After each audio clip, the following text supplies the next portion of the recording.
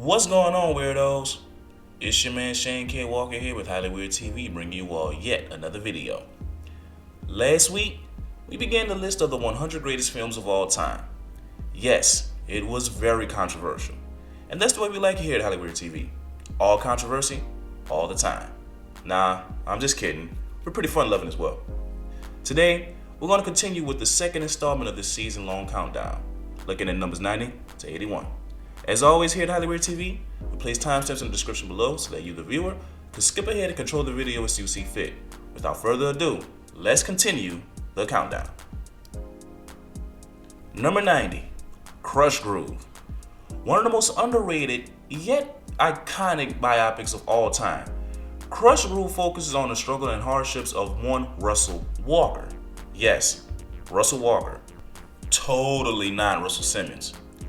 Anyway, not Russell Simmons and a group who would only become, the Beatles of hip hop. You may have heard of them.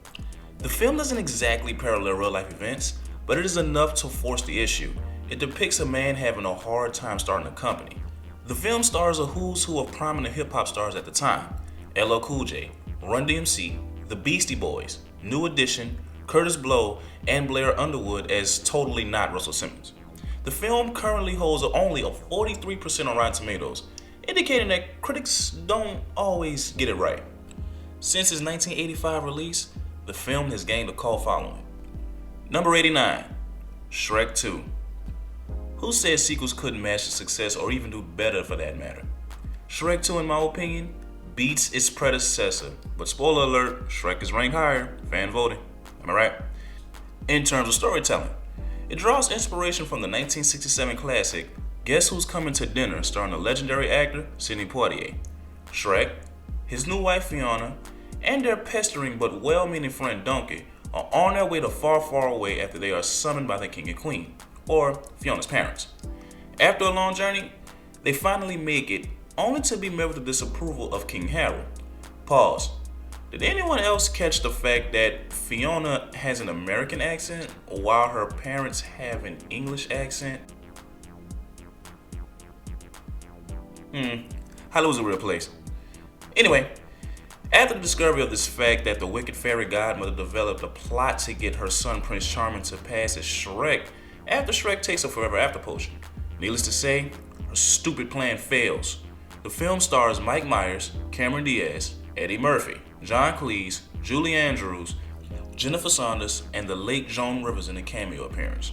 The film grossed $920 million, a record that stood for any animated film until the year 2010, when it was dethroned by Toy Story 3. It currently has an 89% approval rating on Rotten Tomatoes.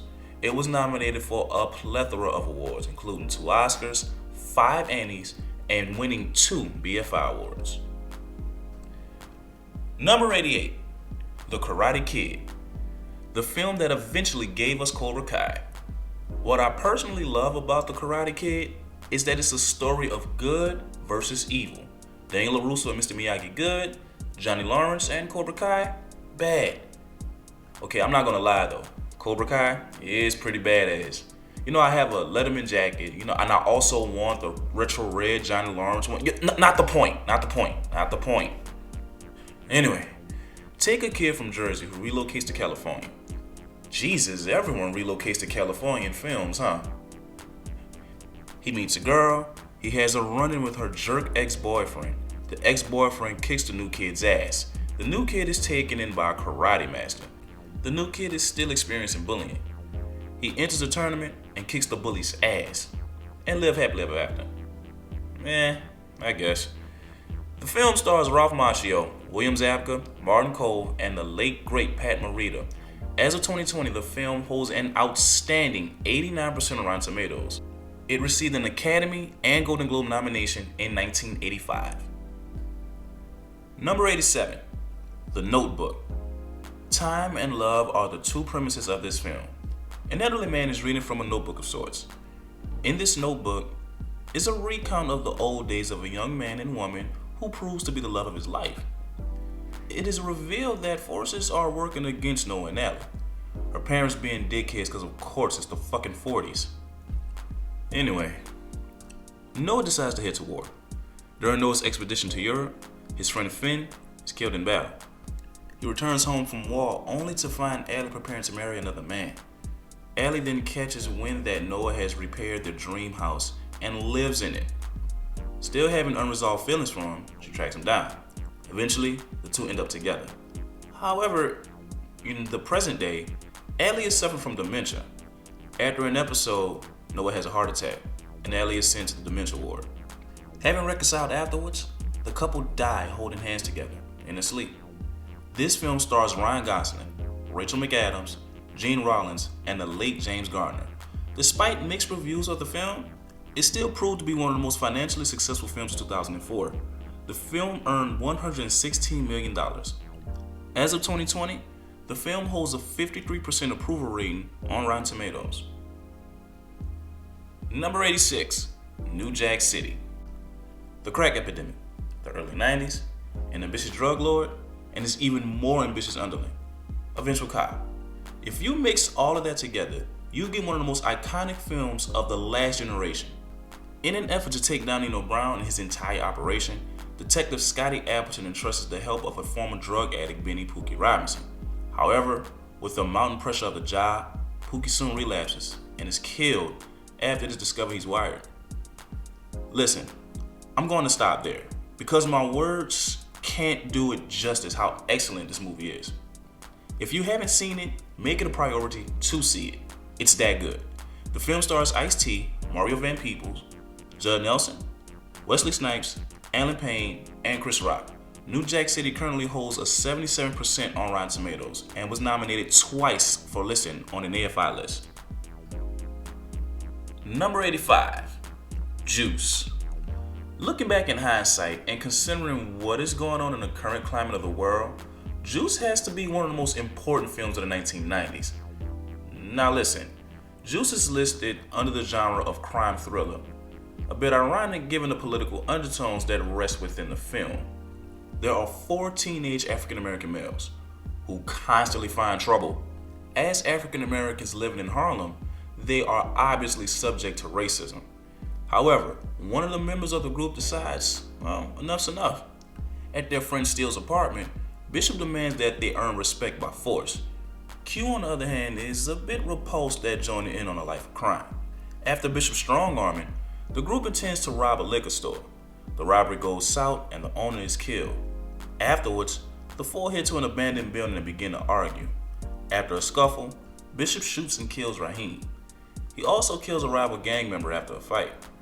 After finding ways to avoid Bishop, he soon confronts Q and Steele and questions their loyalty. This leads to Bishop shooting Steele and one last confrontation on a rooftop. This movie stars Omar Epps, Khalil Kain, Jermaine Hopkins, Samuel L. Jackson, and of course, the late great Tupac Shakur. As of 2020, Juice holds a 79% approval rating on Rotten Tomatoes. Number 84, Monsters Inc. You guys are going to hear me say this a lot in these episodes, but I really can't believe that this film is ranked so low. Nonetheless, it is among the greats, so good enough. Monsters Inc. follows the career of monsters in a parallel universe as they scare children in order to generate power. Yeah, that's a stupid concept to me, but whatever. Giving life to the old cliche, there's a monster in my closet. See what I did there? The main characters are Sully and Mike. Sully is the company's top scarer, while Mike serves as his assistant or his coach of some sorts. I don't know, I never understood what Mike's purpose was, but to be like an assistant or a coach. Maybe right or wrong, let me know in the comment section. His main rival on the scare floor is Randall. After a door is left active in the factory, a little girl wanders into the factory, and here we go. It is met with immediate chaos as the monsters are afraid of her. Ironic, don't you see? It is widely believed that children were toxic and that a single touch could kill you. After developing a bond with the girl, who Sully nicknamed Boo, Sully does everything he can to protect her and keep her covered. Mike, on the other hand, is at first resentful of the child, but soon has a change of heart. Upon discovering that the child was in the monster universe, Warner News decides to banish both Mike and Sully to the Himalayas. After finding their way back, they soon learn of Warner News' plan and ousting. The film stars John Goodman, Billy Crystal, Jennifer Tilly, Steve Buscemi, and the late James Coburn. As of 2020, Monsters Inc. holds a 96% approval rating on Rotten Tomatoes. The film won an Academy Award for Best Original Score and was one of the first to be nominated for Best Animation. Number 83, Harlem Nights. Okay, this is a prime example of critics not always getting it right. As a result, we the people decided to make this list. A small-time hustler is in the middle of a dice game when a little kid enters. A man gambling claims to have bad luck with kids and loses the game. The gambler threatens to stab everyone if he doesn't get his money back. As a result, he's shot in the head by the kid. Fast forward 18 some odd years later, Sugar, who was just a small-time hustler previously, is now a neighborhood legend and is running a casino with Quick and Benny. Eventually, the trio and the rest of their associates land in the crosshairs of mobster Bugsy Calhoun. After his attempts of extortion of Ray and the others fall through, Calhoun resorts to violence, which fails miserably and actually results in his own death. The film stars Eddie Murphy alongside the late greats Richard Pryor, Red Fox, Della Reese, as well as Charlie Murphy. Number 82, Creed. As mentioned in the first episode of the season, Rocky IV serves as the backstory for this Rocky spin-off film series. The film follows Adonis Johnson, a young man whom Creed fathered in an extramarital affair. Upon learning of his existence, Creed's widow tracks him down and takes him in. Fast forward, Donnie is unhappy with his career. He quits his job and pursues boxing full time. As a result, Marianne disapproves, but Donnie is sure that he could make it. He travels to Philadelphia and meets with his father's rival turned friend, Rocky Balboa. It is fixed so that Donnie could go against champion Ricky Conlon. After training Creed his way, Rocky leads the young prospect into the fight, where Donnie not only holds his own, but earns the respect of his fans and peers.